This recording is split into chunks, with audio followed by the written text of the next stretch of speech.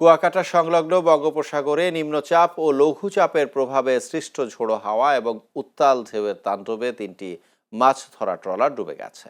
পৃথক এসব ঘটনায় অন্তত ১৩ জন জেলে নিখোঁজ রয়েছেন। এছাড়া আরও অন্তত ৫টি মাছ ধরা ট্রলার ক্ষতিগ্রস্ত হয়েছে। বিষয়টি নিশ্চিত করেছেন মহিপুর মৎস্য আড়ত মালিক সমিতির ভারপ্রাপ্ত সভাপতি রাজু আহমেদ রাজা। তিনি জানান, বুধবার দুপুরে চরবিজয় সংলগ্ন বঙ্গোপসাগরে ৬ জেলে নিয়ে একটি ছোট মাছ ধরা ট্রলার ডুবে যায়। এ ঘটনায় ট্রলারের মালিক মাসুদ মাঝিকে জীবিত উদ্ধার করা গেলেও এখনও ৫ জেলে নিখোঁজ রয়েছেন। এছাড়া মঙ্গলবার বঙ্গোপসাগরের প্রায় ১৭ কিলোমিটার গভীরে ১৮ জেলে নিয়ে ফকিরহাটের FB মহিমা নামে একটি মাছ ধরার ট্রলার ডুবে যায়। বুধবার দুপুর পর্যন্ত ১৬ জন জেলেকে জীবিত উদ্ধার করা সম্ভব হলেও এখনও ২ জেলে নিখোঁজ রয়েছেন।